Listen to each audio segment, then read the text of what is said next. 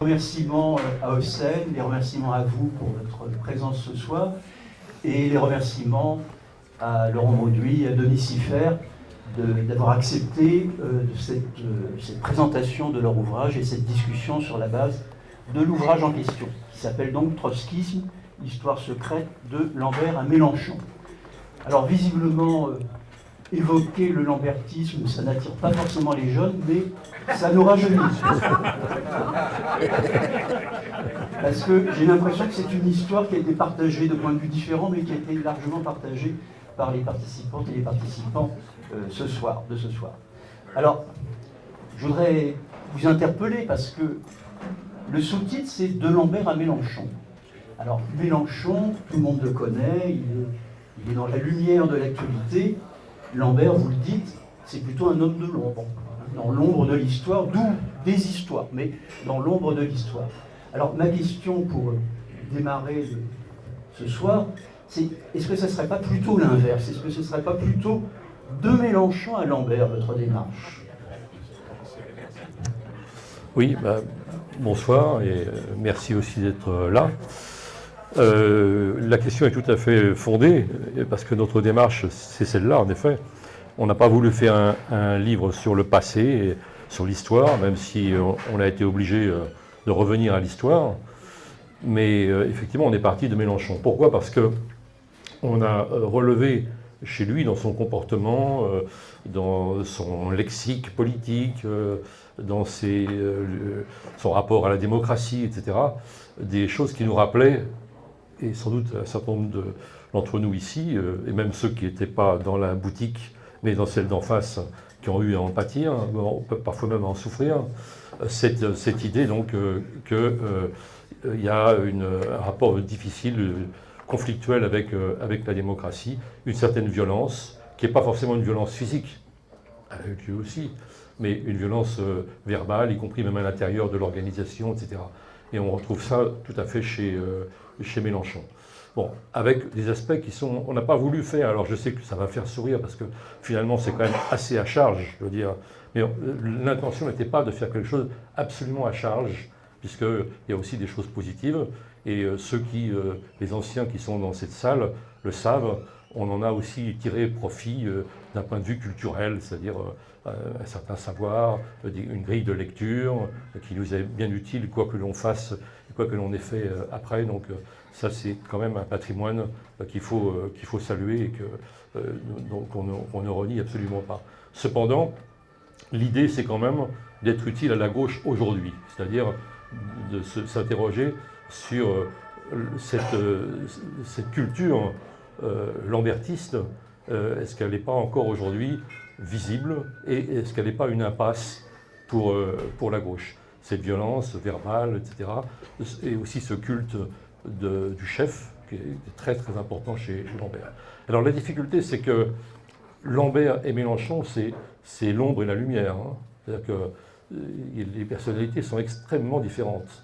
Mais on arrive à peu près au même résultat. C'est-à-dire que entre l'OCI, nous on dit l'OCI, hein, parce que c'était notre époque, et parce que finalement c'est le sigle qui représente le mieux, disons, cette organisation qui s'est inscrite dans les mémoires.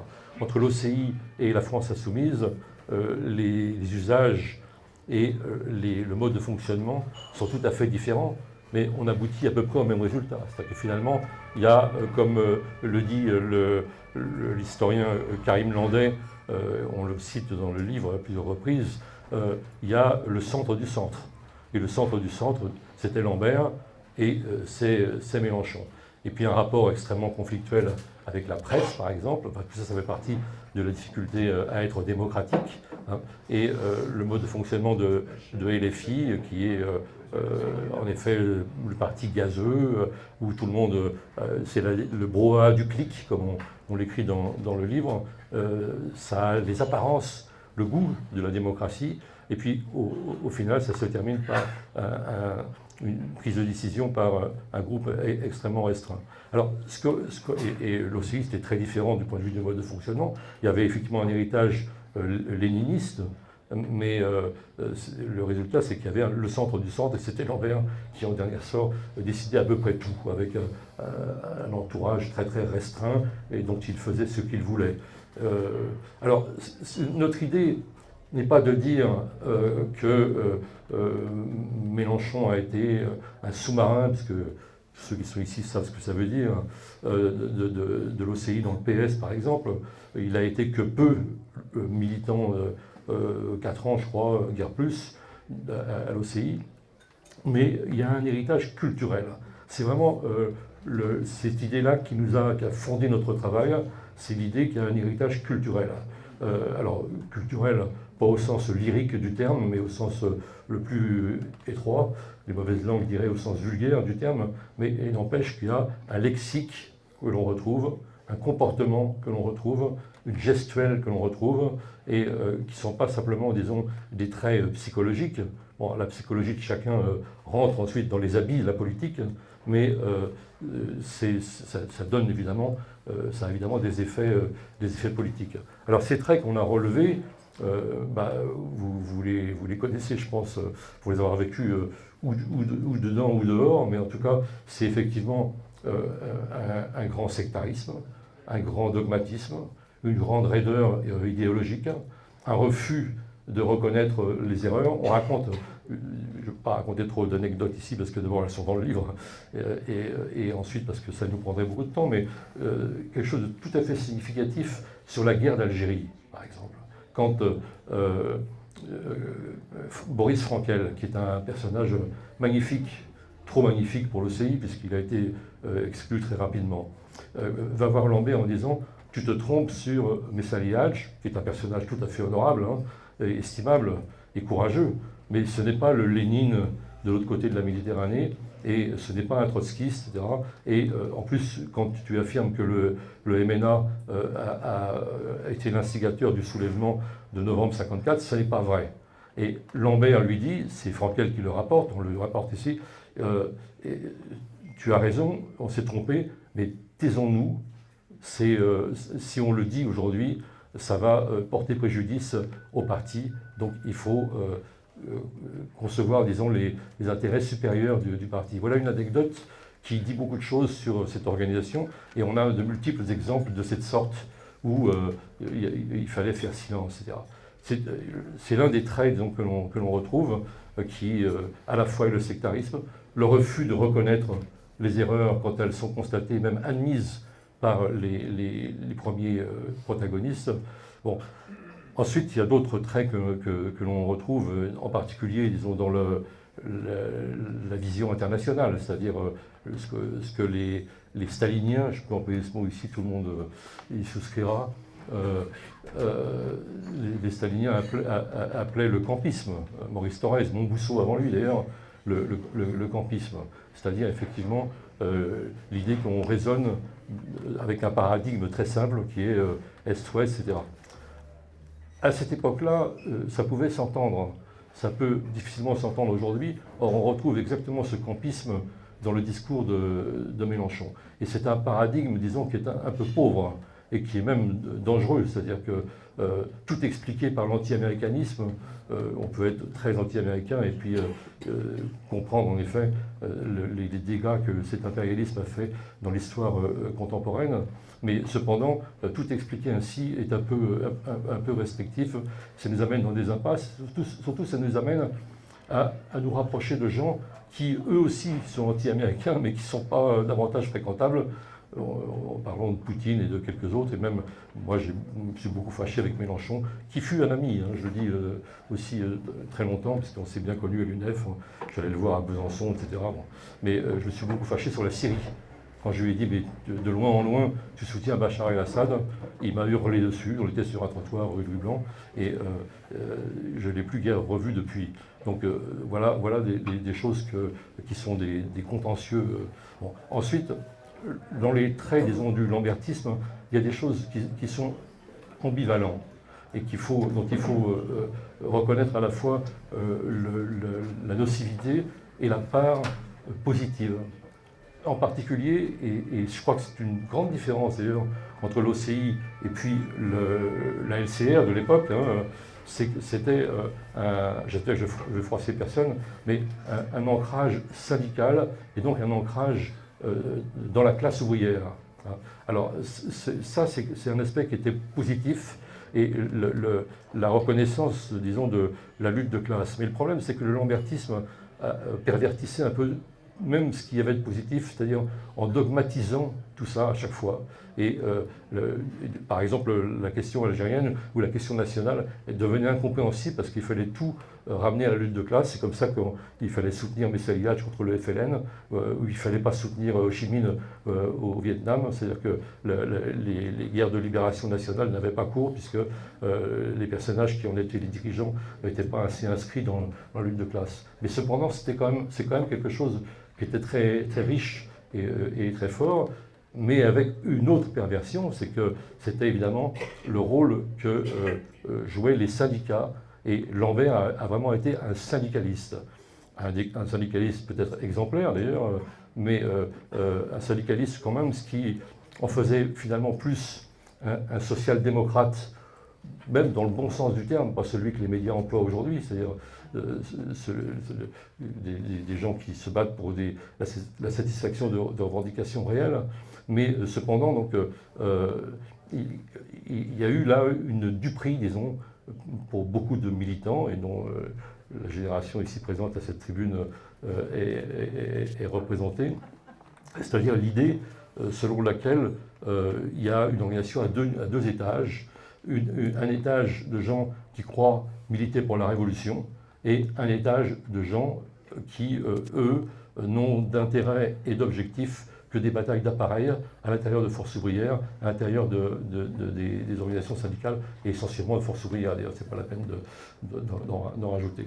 Et là, on a la duperie, disons, dont un certain nombre d'entre nous ont ressenti, disons, comme quelque chose d'amer, disons. Hein. Voilà, donc cette question-là, la question syndicale, elle est à la fois très positive en ce sens, et nous on a vécu l'UNEF, le bout d'UNEF dont on a hérité, et on en est fiers, et même c'était un débat assez important avec la LCR de l'époque, c'est-à-dire qu'on était le syndicat des gommes et des crayons. Mais finalement, bon, le souvenir qu'on en a, c'est on obtenait des dédoublements d'amphithéâtres, des victoires sur les effectifs d'enseignants, etc. Et tout ça n'était pas rien. Ce n'était pas la révolution non plus. Et surtout, il y avait et ça c'est un autre trait sur lequel je veux revenir, il me reste encore peut-être 5 minutes. Hein. Mon voisin va me faire signe parce que c'est à lui. Il faudra que je me manifeste parce que sinon il va faire 1 heure. Non, l'autre trait tout à fait caractéristique du lambertisme, et à certains égards de Mélenchon aussi, c'est d'une part un rapport à l'histoire. Alors ça aussi, c'est ambivalent, parce que le fait qu'on était très instruit, entre guillemets, de l'histoire, du mouvement du trotskisme, du mouvement ouvrier, et de l'histoire en général, des révolutions, 89, etc. On n'avait que ça à la bouche, et 1917, n'en parlons pas. On en parlait beaucoup. Mais en même temps, une vision très passéiste de l'histoire, c'est-à-dire l'idée selon laquelle l'avenir allait être une réplique constante de ce qui s'était passé auparavant. Et là, ce qui produisait à la fois un dogmatisme, alors ne parlons pas des textes de Trotsky qui étaient tellement sacralisés, sanctuarisés, etc., mais aussi l'idée que l'avenir c'était une duplication du passé en somme.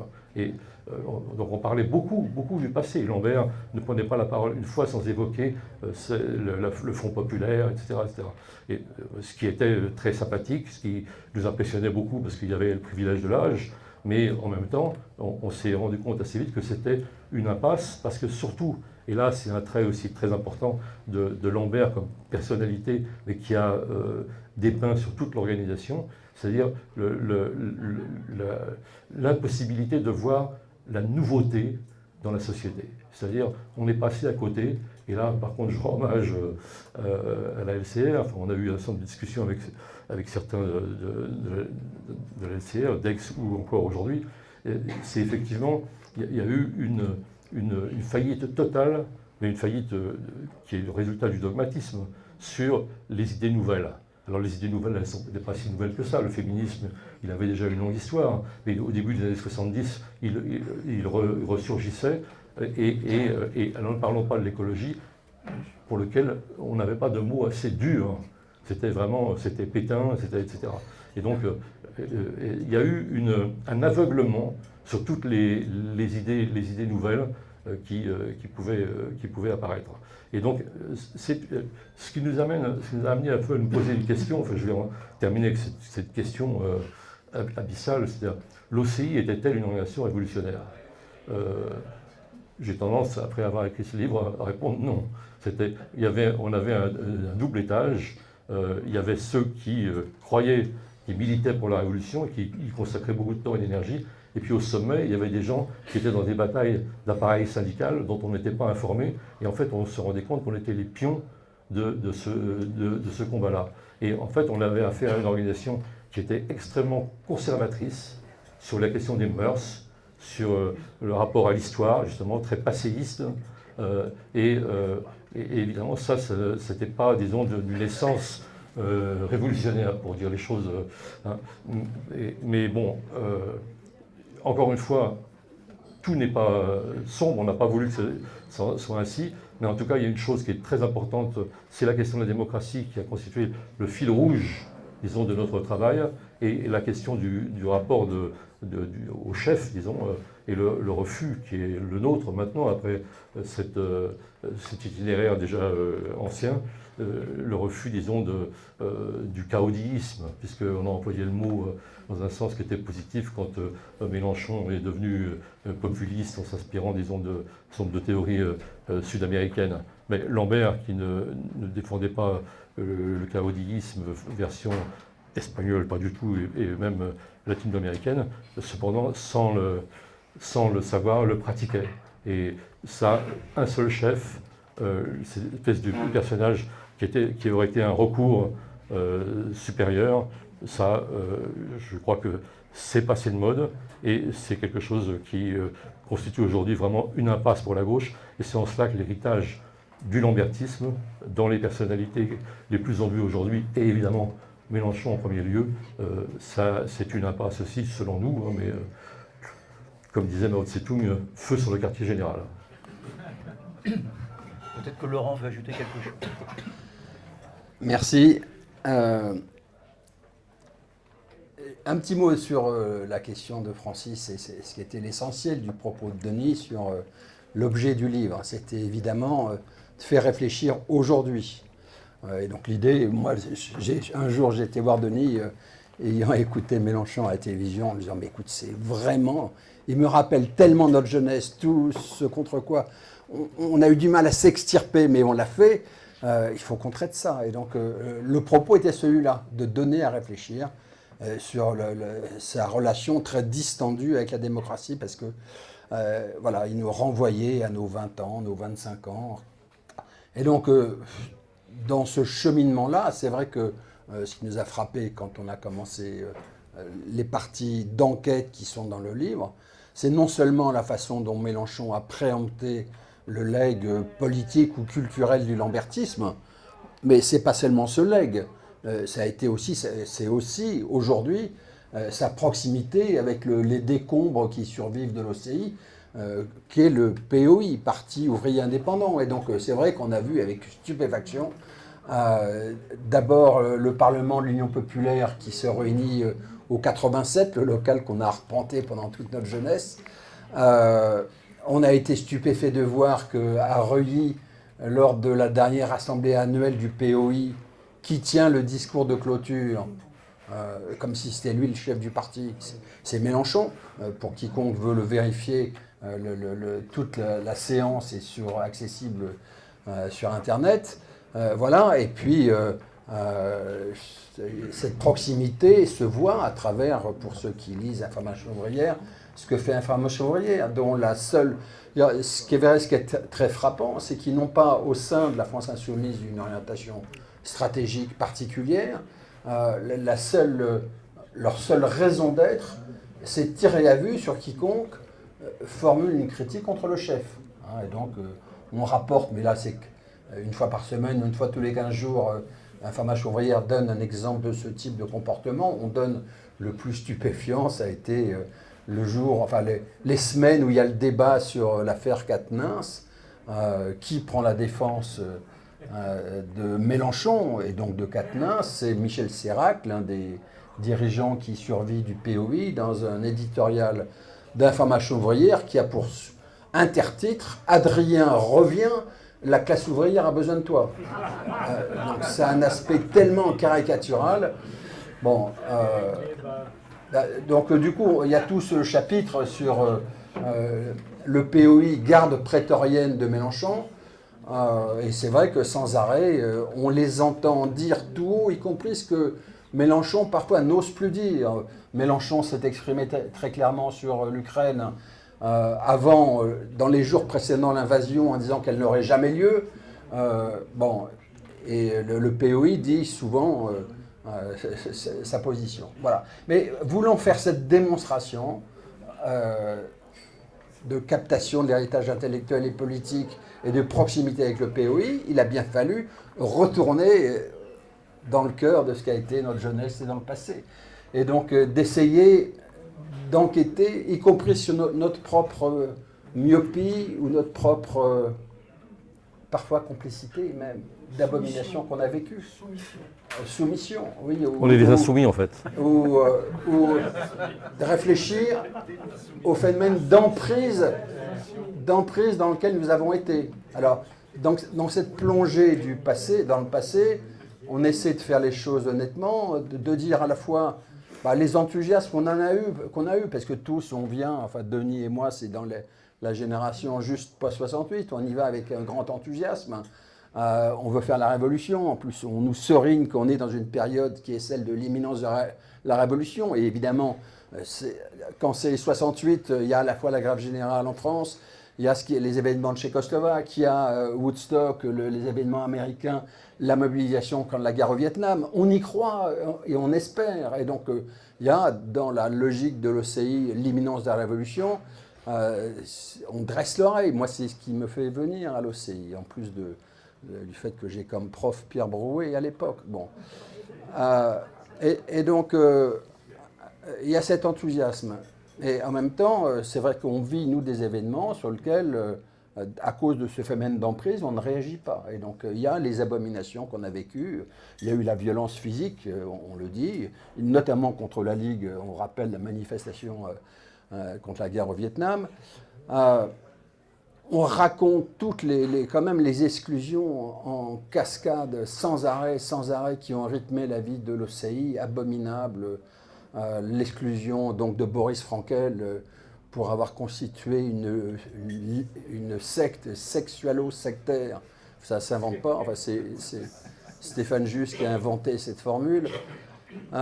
L'exclusion de Varga, sans que jamais les militants ne sachent les vraies raisons, donc on les devine. L'exclusion de Brouet pour penchant royaliste. En fait, bon, on a tous, c'est vrai que dans le cheminement intellectuel, la lecture, quand on a 18 ou 20 ans du parti bolchevique de Brouet ou Révolution en Allemagne, qui est sa grande œuvre, nous ont beaucoup impressionnés. Et donc on fait cette plongée-là, sans d'ailleurs faire œuvre d'historien, parce qu'il y a sûrement des choses à raconter, une histoire à établir. Je dis ça parce que sans trahir de secret, j'ai eu un échange téléphonique avec Jean-Jacques Marie, dont on ne donne pas le témoignage dans le livre. On dit qu'il a refusé de nous répondre. En fait, il a changé d'adresse mail, il n'a pas su rerouter ses mails, et donc il n'a jamais eu nos mails répétés. On le voit demain. On le voit demain, voilà.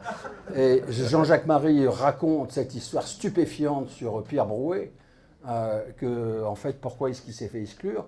Il s'est fait exclure parce que il avait annoncé à Lambert qu'il voulait créer une tendance au sein de l'OCI.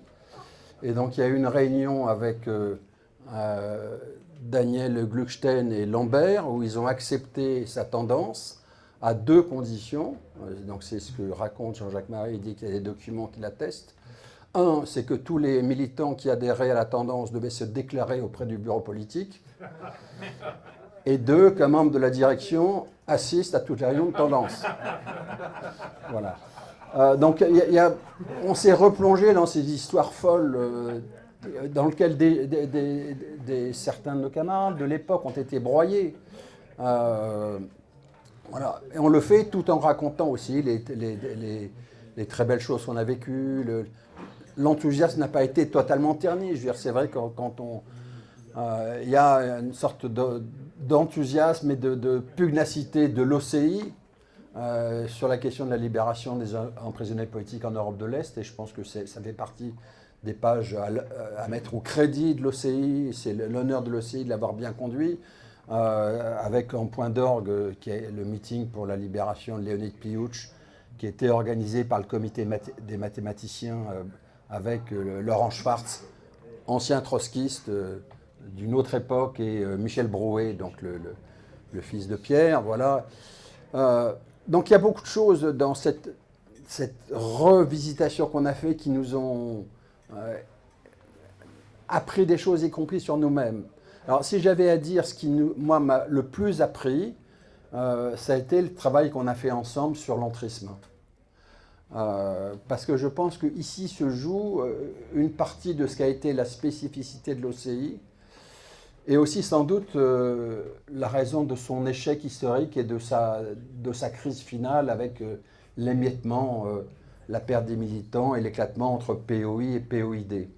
Si je dis ça, c'est que dans l'histoire longue, il y a évidemment la crise de 52, la scission, et je pense qu'à cette époque, c'est pas Lambert qui mène la danse, même si ensuite il va revendiquer ce rôle-là. Il y a la vieille tradition de l'entrisme au sens où Trotsky l'entend. Le trotskisme, c'est ce que font les trotskistes, les partisans de Trotsky en 35, 34, 35, c'est rentrer au sein de la SFIO à drapeau déployé, parce que c'est un tout petit groupe minoritaire, pour essayer de capter, gagner des gens à la cause. Hein. Ce sera ce qu'ils feront également avec, dans le parti que crée Marceau Pivert en 1937. Voilà. Et je pense que dans la position de la majorité de la section française de la 4e internationale en 1952, il y a cette tradition-là qui est maintenue, c'est on s'oppose à Pablo, on ne rentre pas. Et la singularité de l'histoire de l'OCI, c'est qu'après avoir défendu cette position de principe, ils vont faire ensuite, une fois que le groupe Lambert sera constitué, et surtout une fois que l'OCI sera constitué à partir de 1965, et ils vont avoir une pratique totalement différente. C'est-à-dire non pas un entrisme à drapeau déployé comme Trotsky le revendiquait, mais beaucoup plus des formes de sous-marinage ou d'espionnage. Alors, dans ces histoires-là, il y a des histoires à mettre à part. L'histoire de Jospin qu'on essaie de raconter est une histoire assez singulière, parce qu'il est donc gagné au trotskisme par Boris Frankel, qui lui fait son sas de formation pour rentrer à l'OCI. Et puis c'est un haut fonctionnaire, et donc comment militer à visage découvert quand on est haut fonctionnaire, sorte qu'on est au Quai d'Orsay, c'est compliqué. Donc voilà, son histoire est particulière, et donc on raconte que c'est pas l'espionnage. On donne le témoignage de l'ancien secrétaire général de l'Élysée en 81, Bianco, qui nous donne son témoignage en disant qu'en fait, quand Jospin rentre au PS juste après Épinay, tout le monde l'ignorait, sauf Mitterrand. Mitterrand le savait. Et de Hollande. Et Mitterrand pensait que la grande confrontation pour le PS des années à venir serait la confrontation face au Parti communiste. Et il a dû penser qu'un trotskiste serait plus énergique pour mener cette bataille-là qu'une quinzaine de socialos un peu mollassons. Voilà. Mais l'autre aspect de l'histoire, moi, qui m'a beaucoup intéressé, parce que c'est une histoire qui a échappé aux militants, donc qui nous a échappé à nous-mêmes, ça a été les occasions ratées. Parce que on a plusieurs témoignages, certains fragiles, d'autres plus assurés, sur le fait que certains membres de la direction de l'OCI ont posé la question de l'entrisme à drapeau déployé, c'est-à-dire à visage découvert. D'abord au moment du congrès d'Épinay, mais les témoignages sont fragiles. En revanche, il y a le témoignage après, donc 76-77, de Jean-Paul Joubert, donc qui est historien, qui est l'un des fils spirituels de Pierre Brouet, donc qui écrit un livre à cette époque-là, 76, révolutionnaire de la SFIO, hein, où il raconte les histoires d'entrisme des trotskistes. Voilà. Et Joubert, très impressionné par son propre travail, nous raconte qu'il dit à Lambert en privé, dans la logique de ce que font les trotskistes jeunes, de rapprochement des différentes tendances avec les étudiants socialistes dans l'UNEF, il faut avancer vers un travail d'entrisme à drapeau déployé au sein du PS. Et donc il dit ça à Lambert, nous raconte-t-il. Lambert l'écoute avec intérêt, mais le jour où, lors d'une assemblée avec le reste de la direction et des cadres de l'OCI, il défend la même position, pensant que Lambert pourrait le soutenir. Il se fait au contraire fusiller, et donc Jean-Paul Joubert ensuite cheminera et quittera l'OCI. Voilà, donc on n'a pas du tout voulu faire œuvre d'historien, mais on a essayé pour expliquer ce legs politique. On fait la même chose avec Mélenchon, force et faiblesse, c'est-à-dire on accable Mélenchon sur plein de choses, essentiellement sur la question démocratique, beaucoup sur ses positions internationales, mais on a essayé de faire les choses honnêtement dans les deux versants de l'histoire, côté OCI, le passé, comme pour le présent. Voilà.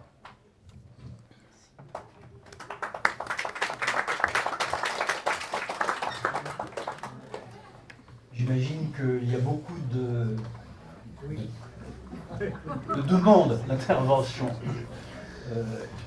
Juste peut-être un petit mot pour faire la transition. Je crois que ce qui est vraiment intéressant, et dans votre travail, et dans votre intervention, c'est qu'on n'est pas dans la nostalgie, et on n'est pas non plus dans ce blocage sur on a toujours eu raison. Donc tout ce que vous apportez, c'est du passé, il y a une part de passé, mais c'est pas un passé dont la page est tournée.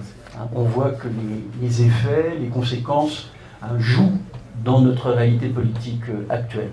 Et donc ça, c'est l'intérêt très important de votre ouvrage.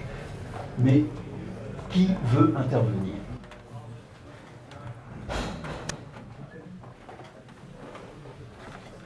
Alors, il va faire passer le micro, Le problème, c'est que les demandes d'intervention sont très loin. Bonsoir à tous. Comment dire? Par quoi commencer? J'ai lu avec plaisir votre livre, même si parfois ça m'a paru un peu superficiel, mais je l'ai lu avec plaisir. Et je voudrais revenir juste sur un point qui, à l'époque, m'avait, comment dire, beaucoup chagriné parce que, avec l'actualité de Mélenchon, ça y ressemble beaucoup. Souvenez-vous, le Parti des travailleurs algériens, avec Louisa Hanoun, sous la direction de Pierre Lambert. Il est devenu un parti qui, finalement, collabore avec le gouvernement Bouteflika, négocie un nombre de postes de députés, enfin bref. Il y a tellement d'histoires comme ça qui ont cheminé tout au long de notre militantisme. Et il y a un truc sur lequel je n'ai pas très bien compris et j'aimerais bien avoir un éclaircissement, c'est la fin de votre livre. Je ne vois pas où est-ce qu'on va.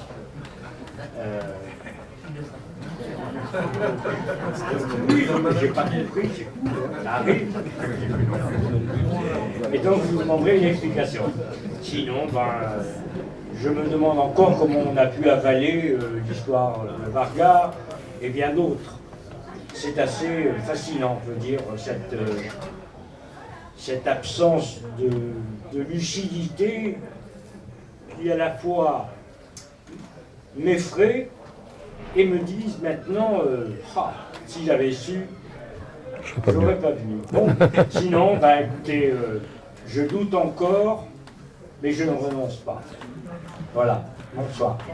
Derrière vous, tout au fond, il y a quelqu'un qui avait demandé la parole. Bonjour. Donc, je vais me présenter parce que comme les auteurs me citent, mais sans doute ne me connaissent pas, donc François Goustal, et je suis l'un des auteurs avec Léna Dante d'un livre qui s'appelle C'était la Ligue, et dont l'objectif était de raconter ce qu'était la Ligue. Bon, voilà, alors, mon appréciation sur le livre, c'est qu'en fait, il y en a deux dedans. Il y a un livre sur l'histoire du grand lambertiste, et un livre sur Mélenchon aujourd'hui, sa vie, ses œuvres et surtout ses débuts.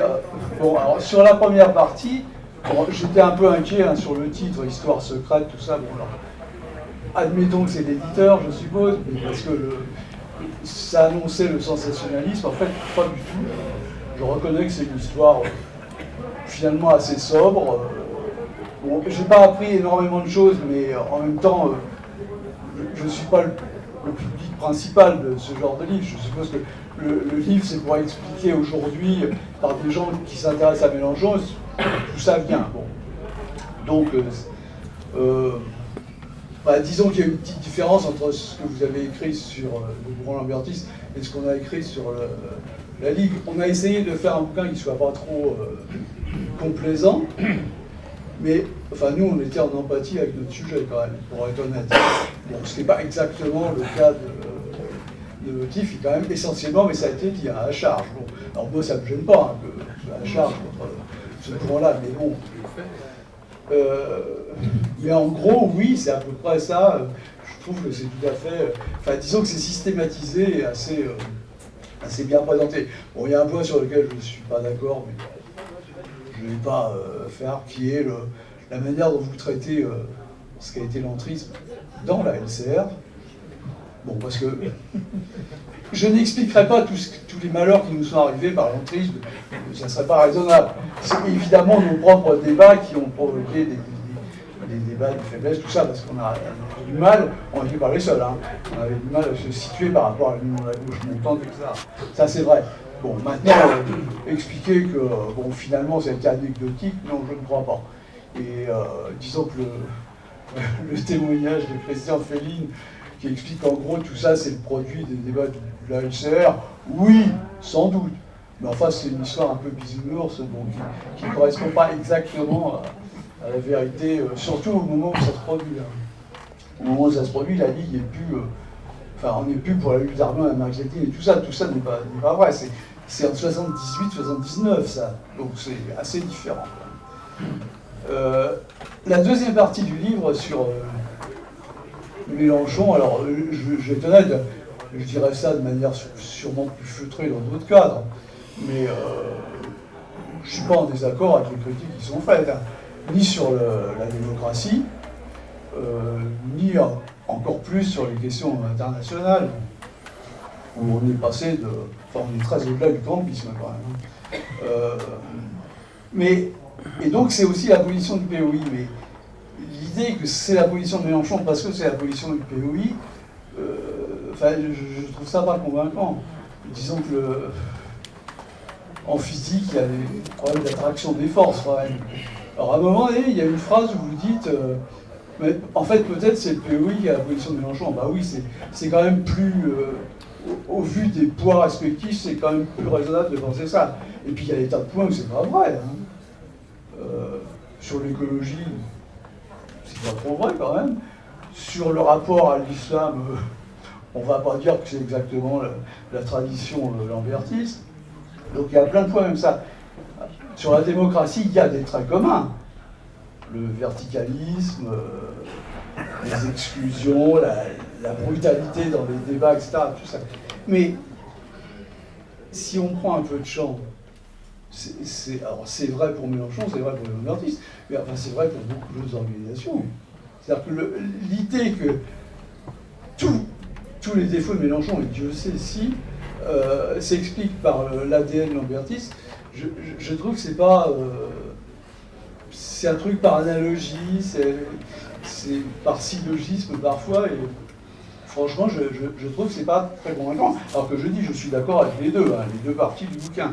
Mais sur ce point-là, je suis moyennement d'accord parce que, par exemple, le rapport à la démocratie,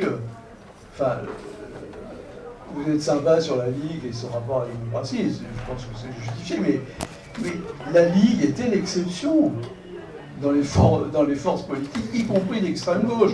Bon, disons la Ligue et le PSU si on veut, pour les plus anciens, mais voilà, et non, le quotidianisme, le dogmatisme, la violence des débats, tout ça, dont même la Ligue n'a pas été totalement exempte.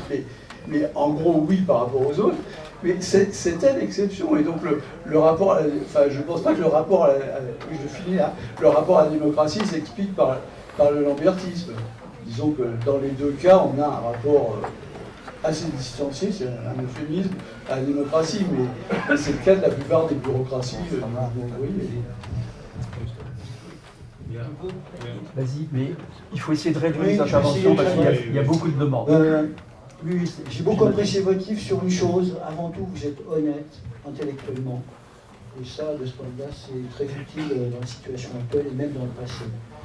Moi, j'interviens en tant que militant ouvrier, militant syndical, qui a travaillé à la Poste, au PLM en particulier, où étaient présents de nombreux lambertistes.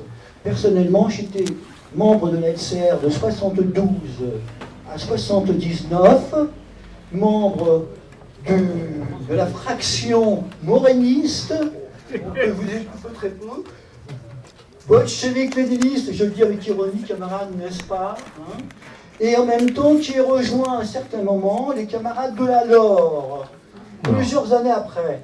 Bon, donc, ce que je voudrais dire, c'est pour voir un peu le contexte, et je suis resté militant sans être encarté et toujours révolutionnaire.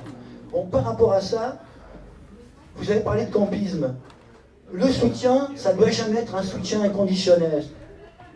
Par rapport à ce que tu as dit tout à l'heure, camarade, je ne me souviens pas ton prénom, à savoir, on soutient Ho Chi Minh, camarade. Non, on doit soutenir le processus révolutionnaire partout où il se pose, au Vietnam, en Algérie, etc. Mais c'était la lutte des révolutionnaires, du peuple et pour l'indépendance.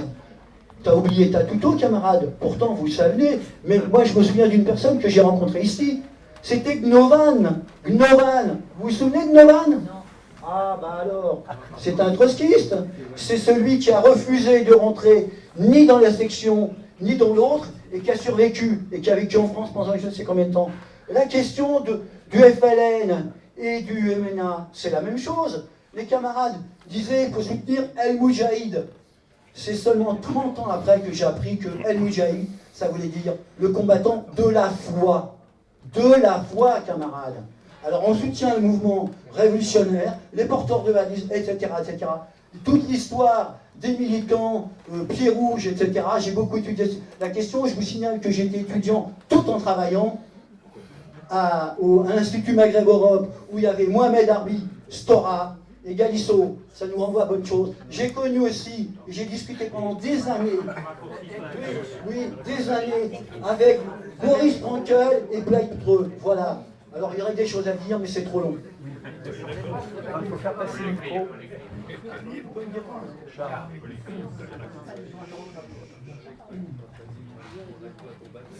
Lui, là. Je trouve que votre approche est intéressante et originale. En plus, elle vient de l'intérieur d'une certaine manière, même si vous n'êtes plus à l'intérieur. Donc, à ce titre-là, moi, je trouve ça très intéressant, très positif. Et vous avez écrit des choses qu'effectivement, le titre de votre bouquin ne laisse pas penser. Donc, je ne sais pas qui est responsable de ce titre. Si c'est vous, vous avez eu tort. Si c'est pas vous, c'est l'autre qui a eu tort. Bon, maintenant, à partir de là, je trouve que votre critique du lambertisme, elle est assez profonde, elle est intéressante, mais elle ne va pas jusqu'au bout. Alors, jusqu'au bout, ça veut dire quoi? La démocratie, on est d'accord. Mais la démocratie, ça a été dit par quelqu'un avant, dans beaucoup de groupes d'extrême gauche à l'échelle internationale, et pas seulement trotskistes, maoïstes et compagnie et tout ce qu'on veut, le règne du chef et de la schlag dans la discussion, hein, mais au Cambodge c'était autre chose, ça existe à peu près universellement. Pourquoi? c'est facile à comprendre. Dans un milieu où on est minoritaire, on se sent persécuté, et pour résister à ça, et pour faire face à l'ennemi impérialiste et à l'ennemi stalinien, bien, on fait toutes sortes de choses qui sont autorisées parce que la fin justifie les moyens. C'est ce que pensent les gens, fondamentalement. C'est cette morale-là qui prévaut. Bon, donc la démocratie, c'est très important, mais finalement, ça n'est qu'un instrument de quelque chose. Or, je trouve que le lambertisme, quand même, je vais le dire de façon un peu tranchée, il a loupé toutes les grandes épreuves révolutionnaires. Toutes. Toutes. On va commencer par le Vietnam. Oui, je suis pas bis, mais... Il n'y a plus de pabis, alors bon, ce genre de botanique et de nom d'oiseaux, ça ne sert à rien ici. On est pour discuter. Donc, je dis simplement, il y a le Vietnam, il y a l'Algérie, vous en avez parlé, il y a le mouvement féministe, il y a le mouvement étudiant, et puis il y a toute la suite, quoi. Et depuis, on ne trouve pas. Alors vous relevez des choses qui sont apparemment positives, mais vous les critiquez vous-même. Vous dites l'implantation syndicale. Bon, certes, bien sûr, mais l'implantation syndicale, c'était une implantation qui permettait de manœuvrer dans l'appareil de FO. Vous le dites vous-même, vous dites que c'était la piétaille au service des manœuvres bureaucratiques. Donc c'est pas un travail syndical, ça. C'est un travail d'influence, de rapport de force, on appellera ça comme on veut. Bon. Et puis, le reste, je ne veux pas prolonger, et je voudrais finir par un point que je vous soumets, qui est une hypothèse. Et j'en ai discuté avec certains de vos anciens camarades aussi, et pas des moindres, qui disent, et c'est pas forcément le POI qui influence Mélenchon aujourd'hui. C'est le contraire. C'est Mélenchon qui a besoin du POI, ça maintenant devenu sa garde prétorienne dans la France insoumise pour faire le ménage qui va arriver bientôt.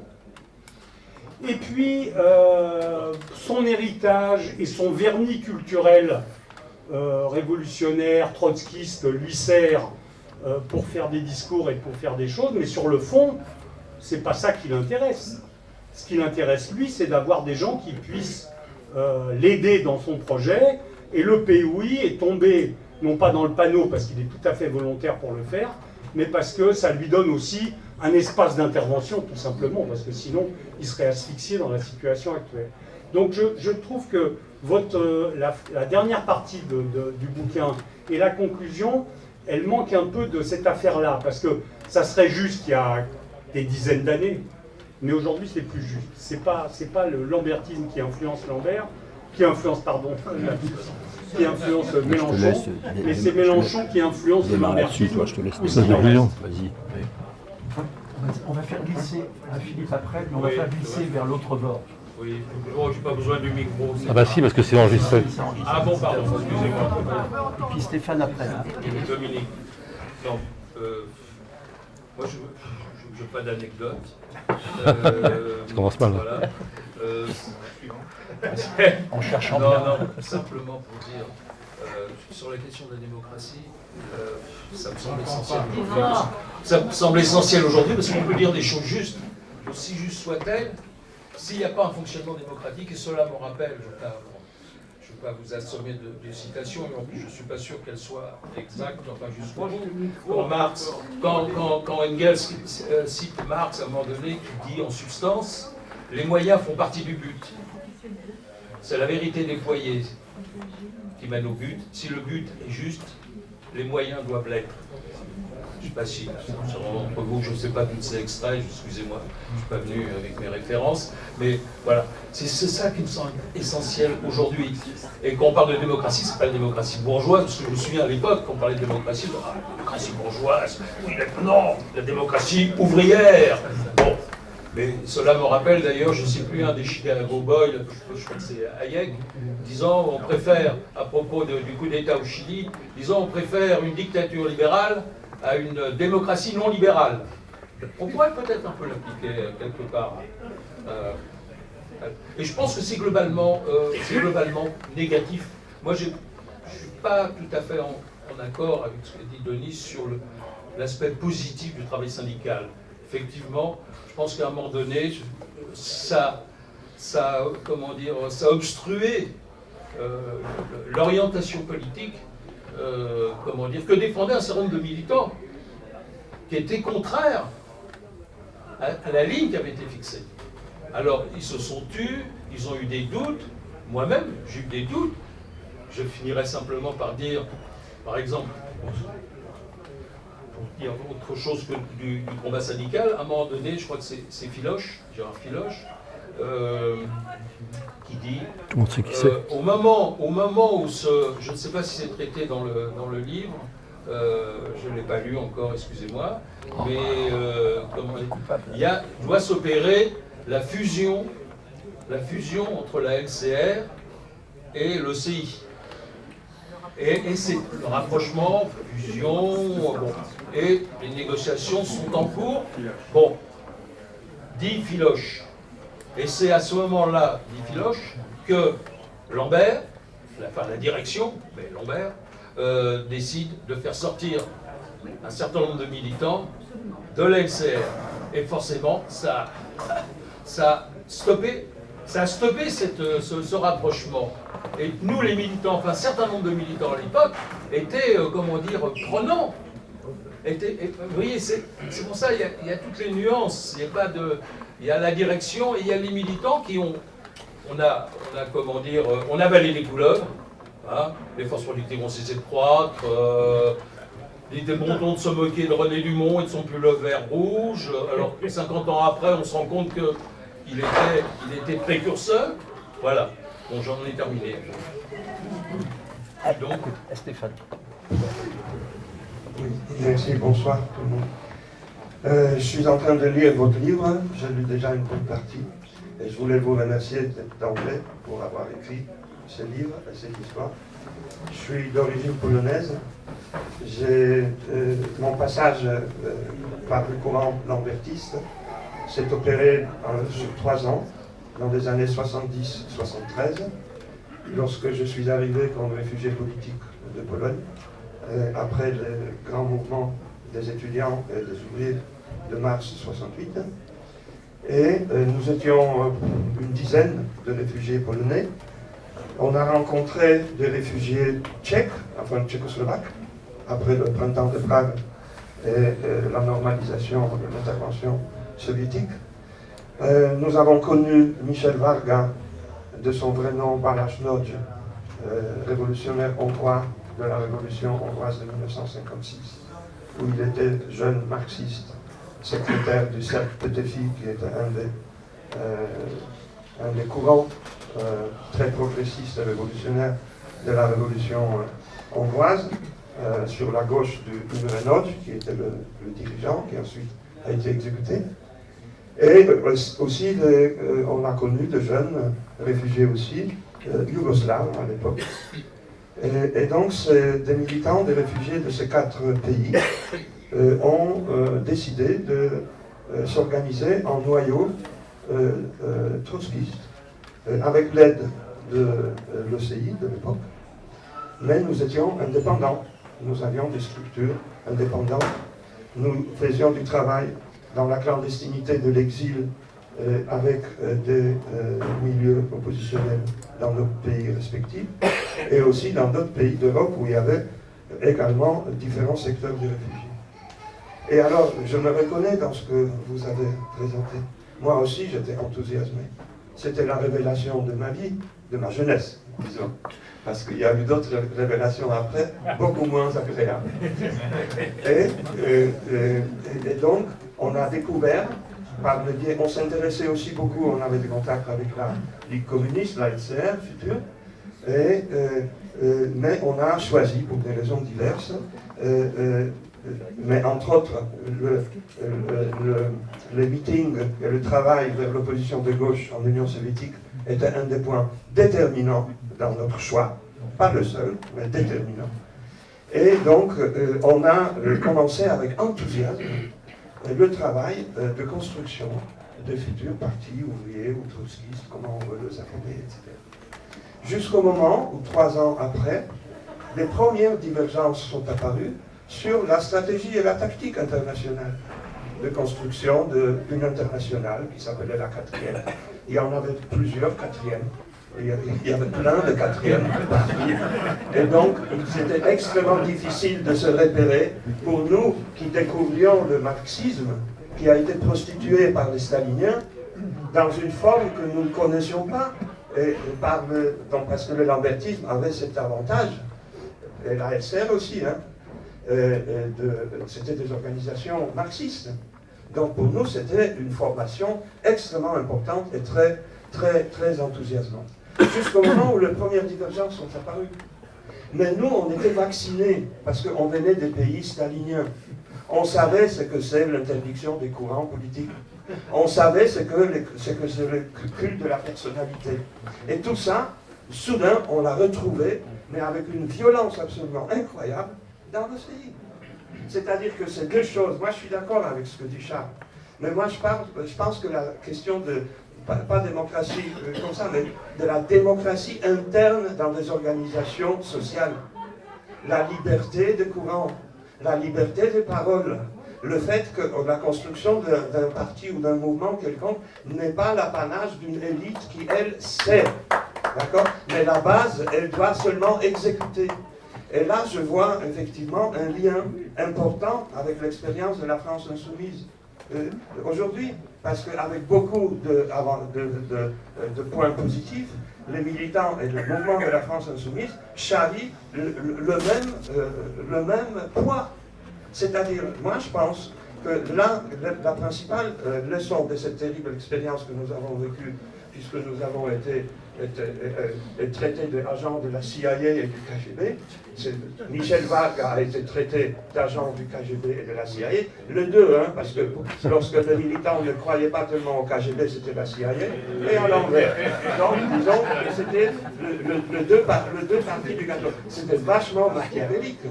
Et nous, on était absolument, comment dire, c'était un choc, parce que tout notre travail de 3 ans a été détruit, parce que tous nos contacts dans nos différents pays se sont détournés de la gauche, du trotskisme, de toute idée même de marxisme qui a été donc, par Lambert et ses acolytes, a été assimilé à la violence stalinienne.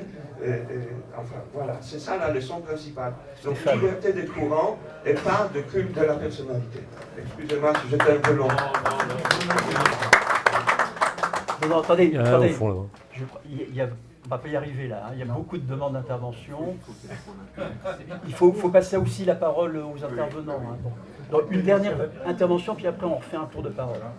Oui, moi j'ai beaucoup aimé la lecture de votre livre. Effectivement, on passe de moments de fou rire à des moments d'angoisse, tout ce qui se passe, et à des moments de stupéfaction. Quoi. Moi, j'étais à la LCR, donc j'ai vécu ce qu'était l'OCI de l'extérieur, hein, mais la première chose qui me frappe, et la lecture de votre livre le confirme vraiment, c'est que même s'il y a le mot trotskiste qui pouvait être commun aux deux, il y a vraiment très peu de choses communes entre les deux courants. On voyait dans les bases, moi je suis adhéré à la Ligue en 1971, on adhérait sur la base de, c'était la révolution permanente, qui était au cœur du trotskisme, non pas d'ailleurs papiste, on pourrait plutôt dire mandélien, avec les 3 secteurs de la révolution mondiale. C'est extrêmement précis, l'idée qu'il y ait 3 secteurs de la révolution mondiale en interaction dialectique. Et c'était, le programme de transition occupait très peu de place au début de... Moi, quand j'ai adhéré à la Ligue communiste à l'époque, le programme de transition est venu beaucoup plus tard, où la question du front unique ouvrier, elle est venue beaucoup plus tard, et certainement sous pression d'ailleurs du courant lambertiste sur la LCR, pas simplement par le vietnamisme, mais sous pression extérieure aussi, parce que ça c'est la première chose qui m'a frappé. C'était pas les mêmes fondamentaux, c'était pas les mêmes, disons, la même identité politique du tout, des deux côtés. La deuxième chose qui m'a frappé en lisant votre livre, c'est quand même la capacité d'attraction, et dont le camarade polonais vient de témoigner, la capacité d'attraction qui était celui de lambertiste, que je n'avais pas soupçonné un seul instant. Alors vous racontez même au niveau d'individualité, comme Boris Frankel, qui a traduit Wilhelm Reich, qui a été un ami de Marcuse, qui faisait venir Marcuse à Paris, etc. On rit beaucoup quand on penser que Marcuse a financé l'OCI. Oui, les bras vous en tombent. On rit beaucoup quand on imagine la séance. Il a fait une fois, hein, pas deux. Marcuse a fait un exposé où Lambert était là. Et on rêve quand même d'avoir une petite souris pour assister à la séance de Marcuse et Lambert discutant du marxisme. Bon, mais ce qui est frappant là-dedans, c'est cette capacité d'attraction où Sipel, par exemple, vous parlez de Sipel, aujourd'hui, on a invité plusieurs fois ici un des meilleurs analystes de la situation en Palestine, en Israël, et Sipel vous racontez comment Sipel, une scission du Batzpen, l'extrême gauche israélienne, il s'adresse tout de suite à l'OCI, il paraît très longtemps non plus, mais il s'adresse à l'OCI tout de suite. Une capacité d'attraction assez incroyable, tant au niveau des courants politiques extérieurs, avec plein d'exemples, que ça m'a surpris. Et ce qui m'a surpris aussi, c'est que finalement ces gens, quand ils quittaient les lambertistes, ils venaient pas à la LCR. Ça m'a surpris aussi. Frankel, par exemple, il est mort désespéré, je crois qu'il s'est suicidé, il a raconté ça à la fin de sa vie. Il aurait été accueilli les bras ouverts à la LCR. Il est venu. Il me l'a demandé. Alors, donc c'est une bonne nouvelle, c'est très bien. Ok. Donc très bien que... Stop. Oh, non, mais j'ai pas besoin de témoignage, on n'est pas devant un tribunal. Donc c'est très bien que Frankel soit chez nous, je m'en réjouis fortement. Vous êtes capable de violence aussi, alors. Le dernier point que je voudrais dire, évidemment, Francis, dans l'introduction, vous interrogeait sur le sous-titre. Le sous-titre de votre livre. Mais est-ce que finalement, le sous-titre de votre livre ne serait pas aussi pu être la victoire de Lambert? Parce que chez les lambertistes, il y a toujours une idée quand même de construire un parti plus large, un parti. C'est pour ça qu'il y a eu cette succession, que vous ne traitez pas trop, cette succession incroyable de sigles, d'organisations qui étaient plus larges, encore plus larges, etc. Ça s'est succédé dans le temps. On avait du mal à suivre de l'extérieur. Et le nom du journal qui restait le même, mais sinon le parti n'avait jamais le même nom. On avait du mal à suivre. Mais est-ce que Mélenchon n'est pas finalement, dans l'idée de construire un parti large, social-démocrate de gauche large, que Mélenchon n'est pas la victoire de Lambert? Alors, Catherine, quelques mots, et puis ensuite, on redonne la parole à nos amis. Catherine. Bon, moi, j'ai lu ce livre avec passion, je me suis régalée. Il faut dire qu'il correspond tout à fait à mon histoire politique, puisque mon passage à l'OCI, c'est 1968 jusqu'à 86, donc à peu près, à quelques années près, les mêmes années que les auteurs. Et mon passage au parti de gauche qui a suivi, bon, je l'ai quitté assez rapidement. C'est vrai que les questions de démocratie étaient absolument insupportables. J'ai retrouvé quelque chose qu'on n'appelait pas exactement la commission des conflits dans le parti de gauche, mais qui était exactement la même chose. J'avais le grand tort à cette époque-là d'avoir constitué à l'intérieur du parti de gauche un groupe Palestine qui était important. Il y avait une 50aine de membres, donc c'était quand même une belle performance, surtout que j'ai vraiment pas eu d'aide de la direction de Mélenchon, sans parler de ceux qui étaient franchement des ennemis de la question palestinienne, comme Garrido ou Corbière ou d'autres. Donc, voilà. Y compris sur le fonctionnement, je vous raconte une petite anecdote, parce que quand j'ai été convoqué à ce qui ne s'appelait pas la commission des conflits, il y avait un très grand titre, je ne me rappelle plus. À l'instant où je rentrais dans la salle, où c'était Hélène Franco qui gérait les choses, j'ai croisé Mélenchon. Et j'étais mal quand même, parce que c'est jamais agréable d'aller vers quelque chose qui va forcément être très désagréable à vivre. Donc j'ai croisé Mélenchon et je lui ai dit, mais qu'est-ce que c'est que ces méthodes? On se croirait à l'OCI. Je ne savais pas qu'il avait repris contact à ce moment-là, évidemment. Je lui ai dit, on se croirait à l'OCI, mais qu'est-ce que c'est que ça? Et il m'a dit, il m'a pris par le cou, affectueusement, et il m'a dit, mais ne t'inquiète pas, j'ai vu avec Hélène Franco, il n'y aura aucun problème. Donc, cette commission, bon, c'est une petite anecdote qui n'est pas très intéressante, mais qui prouve que, y compris la commission des conflits, personne n'y croyait. Bon, c'était un peu la même chose d'ailleurs à l'OCI. On a connu ça quand Lambert, après notre radiation des années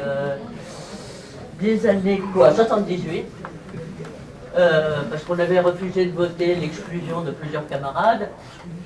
Lambert avait décidé, on n'a jamais compris pourquoi, qu'il fallait nous réintégrer. On était 3 anciens militants nantais. Et on était radiés, moi personnellement j'étais suivi par Chapira, toutes les semaines il me faisait le rapport politique, il me donnait le paquet d'informations ouvrières à vendre, puisque quand on est radié, on continue à vendre l'information ouvrière, etc. Vous pouvez garder le micro près de vous, on entend bien. Ah bon, excusez-moi, je vais essayer de parler mieux. Merci. De conclure, Catherine. Et puis peut-être un peu moins longtemps, je vais essayer de terminer quand même pour que d'autres puissent parler. Il y a quand même eu, je nuance un tout petit peu pour le parti de gauche, au début, il y a eu une petite amorce de démocratie. D'ailleurs, le parti de gauche, que Jean-Luc a liquidé très rapidement, le parti de gauche était un parti, alors avec des trucs formels qui ne voulaient rien dire, comme la commission du conflit et beaucoup d'autres, mais c'était quand même un parti, donc voilà, on pouvait dire des choses, même si on se faisait très mal voir, mais bon. Donc je termine sur... Je pense que dans votre livre, que j'ai trouvé absolument formidable, et entre parenthèses, je pense que c'est un besoin, ce genre de réflexion, et qu'il faudrait trouver, là je m'adresse un peu à Francis, qui sait faire ce genre de choses, il faudrait prévoir la suite et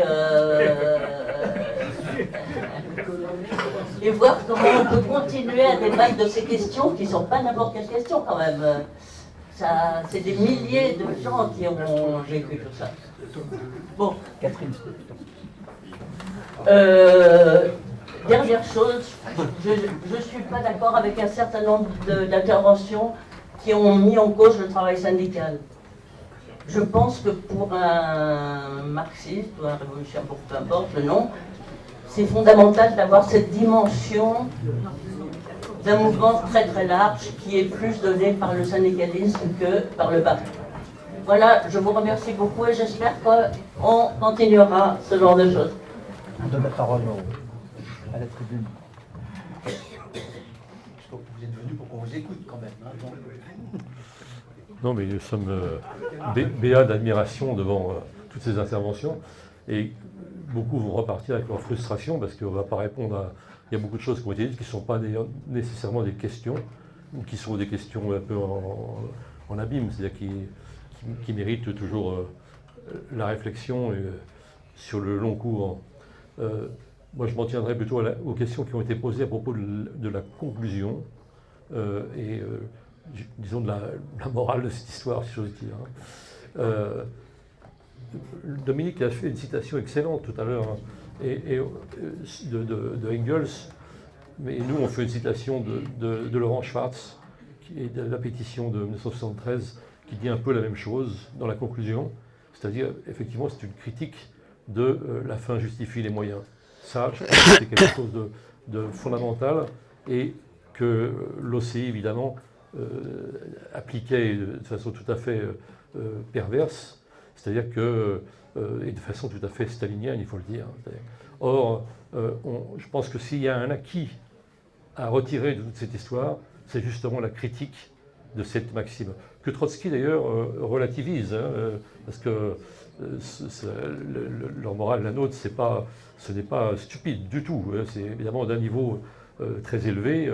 Il dit qu'il faut à condition que la fin au moins soit généreuse et puissante. Mais c'est l'époque où il croyait évidemment à la révolution prolétarienne et à la révolution même politique en Union soviétique.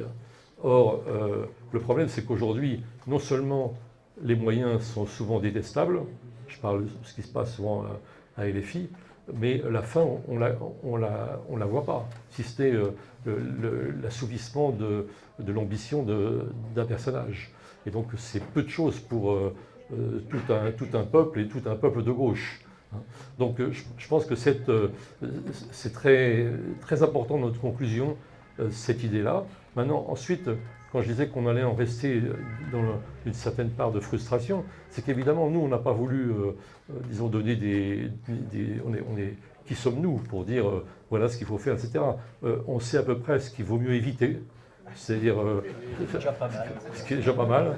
Mais quant à dire, et je pense que si on est d'accord sur ces hypothèques qu'il faut lever sur le caudillisme, le culte du chef, donc le refus des organisations collectives, sur des moyens détestables pour avoir une fin qui est improbable. La 6e République, tout le monde à gauche est pour, mais on ne sait pas trop ce que c'est maintenant. Et surtout, si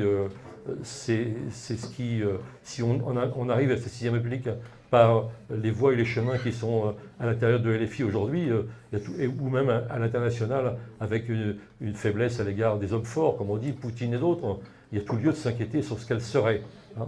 N'empêche qu'il ne faut pas abandonner en effet l'idée. Donc, il n'y a pas de programme dans notre discours. On en reste effectivement un peu en suspens. Et on parle de ce que sont devenus un certain nombre de militants qui se sont recyclés d'une façon ou d'une autre, souvent dans des organisations humanitaires, d'ONG, de solidarité avec les immigrés, etc. Hein. Bon, mais ça ne fait pas, disons, un programme. En revanche, on croit beaucoup, y compris à l'intérieur de LFI d'ailleurs, qu'il y a des ressources intellectuelles et humaines et morales qui peuvent permettre d'avancer, de créer, de tracer des voies nouvelles. On y croit, pas seulement, disons, au sein de LFI, mais probablement essentiellement au sein de LFI.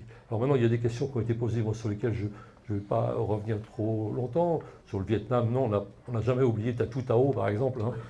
Au contraire, c'est en criant Tatu Tao qu'on a agressé, disons, le cortège de la LCR. Et c'est important parce que c'est pas seulement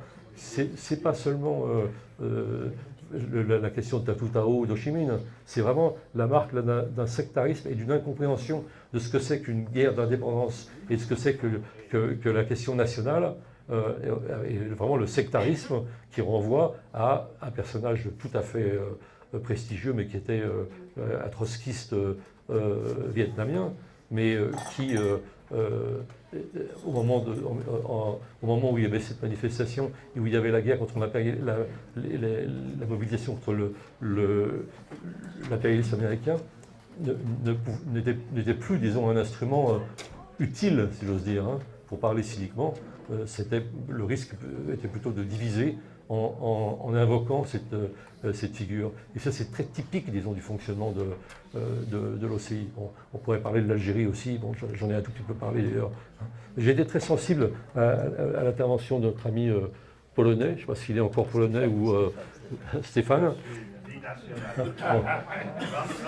Donc, notre travailleur polonais, qui a mauvaise réputation dans le discours mélenchonien, je vous rappelle. Hein. Mais ce qui est important de savoir sur ces histoires, à la fois la fascination, en effet, ça a été dit, que pouvait inspirer le lambertisme, avec son esprit de sérieux, cette apparence de rigueur, etc., hein, que n'avait pas la LCR. Hein, pour des jeunes qui arrivaient, c'était très sécurisant. Il y avait un côté paternel, un côté structurant que les autres organisations n'avaient pas. Hein. Je pense que quand on était très jeunes, comme nous autres, c'était très important. Mais ensuite, effectivement, on a assisté aux exclusions, etc. Et ces exclusions, la caractéristique qu'elles ont en commun, c'est qu'aucune d'entre elles, ou presque, je peux me tromper, mais je ne crois pas, n'a invoqué des raisons politiques. C'est toujours des raisons policières. Et on l'a vu, le ridicule étant atteint, j'ai été assez héroïque pour relire la brochure de Stéphane Juste sur Varga, 92 pages d'écriture serrée, et qui en effet dit qu'il est à la fois l'agent Varga du KGB et de la CIA, ce qui évidemment qui ne tient pas la route un seul instant, mais effectivement, c'est toujours des raisons policières, ou la corruption, ou ou la trahison, ou le royalisme soudain de Brouet, parce qu'il est allé faire une dédicace dans une librairie royaliste, ou supposait-elle. Enfin bref, donc toujours des raisons policières. Et ça, c'est vraiment finalement, je vais conclure provisoirement là-dessus, on cite Sonia Combe, je crois, qui a connu Frankel et qui a préfacé le livre de Frankel dont on s'est beaucoup inspiré pour parler de cet épisode. Sonia Combe dit, finalement, c'est vraiment misère que cette organisation qui s'est constituée dans l'héritage politique de l'opposition de gauche, de Trotsky, etc., contre le stalinisme, ait fini par dériver à un point tel que c'est devenu une organisation stalinienne. Et c'est vraiment, disons, ce que tu as dit, Stéphane, c'est ça qui est terrible, c'est cette espèce de boucle bouclée qui fait qu'on s'est retrouvé par une sorte de mimétisme historique à être ce contre quoi on s'était fondé et ce contre quoi on s'était mobilisé. Et ça, c'est vraiment, à mon avis, le crime le plus important du lambertisme.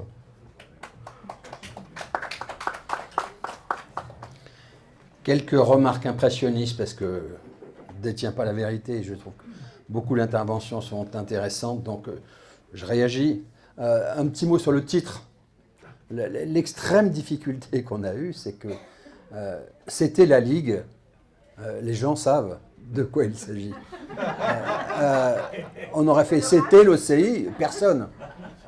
On aurait fait même un titre seulement sur Lambert. Tout le monde connaît, vous connaissez Krivine et Besancenot. Lambert, personne. Donc c'était quand même assez singulier. Donc si quelqu'un a une bonne idée pour la seconde édition, on est preneur. Donc du coup, on a rajouté en catastrophe à la fin de Lambert à Mélenchon pour actualiser un peu le livre, mais c'est quand même très compliqué. Sur la remarque qui a été faite en disant le lambertisme a loupé toutes les grandes échéances. Donc je pense qu'il y a des points d'accord beaucoup sur l'Algérie, sur d'autres événements. Mais moi, dans mon cheminement personnel, je ne suis pas aussi sévère, parce que moi, je vous dis, quand le doute m'a saisi, il y a d'une part la vague d'exclusion, même si on tarde à réagir, hein, l'accumulation des exclusions, dont celle de Varga qui a beaucoup frappé les militants, celle de Varga ou celle de Juste, même si Juste n'était pas aimé, son départ. Bon, mais il reste que jusqu'en 81, moi j'y ai cru. Parce qu'il y avait une force de frappe, et je trouvais qu'il y avait une cohérence. Il pouvait y avoir des débats entre l'OCI et la Ligue à l'époque, mais y compris sur le vote Mitterrand dès le premier tour, il y avait une sorte de cohérence stratégique entre ce que faisaient les étudiants trotskistes de l'OCI pour reconstruire et aller vers la réunification de l'UNEF, et ce qui était le combat de l'OCI pour le vote pour Mitterrand dès le premier tour. Bon. Moi je trouvais qu'il y a une cohérence, et moi tout s'est effondré le jour où, après 81, l'OCI prend un tournant sectaire. Et je trouve, avec le recul, que l'analyse de Joubert, en disant qu'il y avait peut-être une vraie opportunité politique pour l'OCI dans les années 77-78, au moment de la rupture de l'Union de la gauche, je trouve qu'il y a une cohérence intellectuelle à dire ça. Et que c'est peut-être ça, l'occasion non saisie, qui a scellé définitivement l'échec de l'OCI. Je suis aussi moins sévère sur ce qu'a été l'histoire syndicale de l'OCI ou l'investissement au sein de Force ouvrière. Il y a eu, et on le pointe dans le livre, des dérives invraisemblables avec des personnages sulfureux. On pointe évidemment Alexandre Hébert avec sa proximité avec l'extrême droite. Le Pen. Avec Le Pen, via un journaliste Maisonneuve qui était candidat pro-Le Pen. Bonne Maison. Bonne Maison, pardon. On raconte ma propre histoire à moi, où moi je suis démis de mon mandat syndical par le fils de Lambert, François Boussel, au profit d'une fille qui est membre du groupe de Maliarakis, donc négationniste. Bon, il n'empêche, ça a soudé nos activités, donc il y a eu beaucoup de dérives, mais ensuite ça a été, la vraie question, ça a été pourquoi faire. Et donc c'est vrai que, avec ce qui a peut-être été l'occasion ratée de l'OCI qui n'a pas voulu saisir cette opportunité. Ben, du coup, il y a le jugement final. Le jugement final, c'est à quoi a servi l'OCI. Qu'a été l'OCI? Ben, sans doute un groupe de pression. Et souvent un groupe de pression occulte. Et je pense que c'est ça le jugement le plus sévère et sans doute le plus juste. Voilà. Un petit mot sur la similitude ou la proximité Jean-Luc Mélenchon POI. C'est vrai qu'il y a une limite dans la comparaison, et on le dit bien parce que Mélenchon est un personnage quand même très versatile. Et dans le portrait qu'on fait de lui, on dit bien ses convictions successives, mitterrandolâtres, avec y compris dans l'aspect physique, le chapeau, l'écharpe rouge, détestant Jospin, mais l'adorant dès lors que Jospin devient Premier ministre. Voilà, donc il a eu des convictions.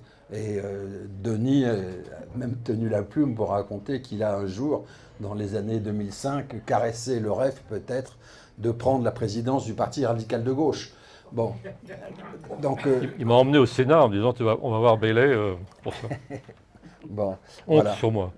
Donc c'est vrai que la comparaison est à manier avec des pincettes, mais il reste que politiquement il se retrouve et avec le POI, et c'est vrai que dans ce tandem qui est formé, c'est évidemment le POI qui est à la remorque de Mélenchon, hein, clairement, qui n'a pas d'autre existence, pas d'autre raison d'exister que d'être cette garde prétorienne. La conclusion, quel débouché? C'était une histoire à écrire ensemble. Nous, on insiste beaucoup à la fin sur la question démocratique, et Denis l'a dit, on cite ce texte qu'on trouve formidable de Laurent Schwartz. Donc Laurent Schwartz est une tribune dans Le Monde de Laurent Schwartz, avec d'autres grands intellectuels de l'époque, qui ont été, pour certains d'entre eux, également trotskistes, jusqu'en 1947, à l'époque de socialisme et barbarie, où il dit, voilà, la fin ne justifie pas les moyens, il faut que les moyens soient forcément en empathie avec la fin. Donc là, il n'y a pas de parenthèse dans la stratégie démocratique. Voilà, donc on l'écrit, nous, on a écrit ce livre dans l'urgence dans laquelle on se trouve aujourd'hui, avec les échéances ou les craintes qu'on a pour l'avenir du pays, avec une extrême droite qui frappe à la porte, avec... donc l'espoir qu'on avait en écrivant ce livre, c'est que ce livre serve des citoyens de toute sensibilité, ou notamment, par exemple, au sein de la France insoumise. On s'est dit que dans les débats que génère le comportement autocratique de Mélenchon, qui défend la 6ème République, mais quand même qui est un homme profondément de la 5e, on s'est dit que de mettre au centre cette question démocratique pouvait aider des militants. Et c'est vrai moi j'ai reçu, et Denis aussi, beaucoup de mails de militants de la France insoumise, d'élus de la France insoumise, qui nous demandent de venir présenter le livre dans des lieux où il y a des militants de la France insoumise et des gros contingents de POI. Venez, ça nous aidera. Bon, voilà. Sinon, pour le reste, comme l'ami Pierre Dardot, dans le fond, je repense, on a commis l'erreur tous les deux de prendre la barque comme Adélie 186, mais de partir quelques mois après. On a vite compris quelle était l'aventure dans laquelle nous étions, qui était d'abord une aventure affairiste. Mais Pierre avait inventé cette formule pour justifier notre entrée au PS. On va essayer d'œuvrer à une sorte de congrès de Tours à l'envers. On rêvait d'être l'aile marchande pour créer une sorte de parti des travailleurs à la brésilienne, avec toutes les sensibilités. Donc je ne sais pas si ce livre... Voilà, il y a plein de débouchés possibles, mais voilà, on dit il faut une refondation démocratique de la gauche. Ensuite, chacun y met le contenu qu'il veut.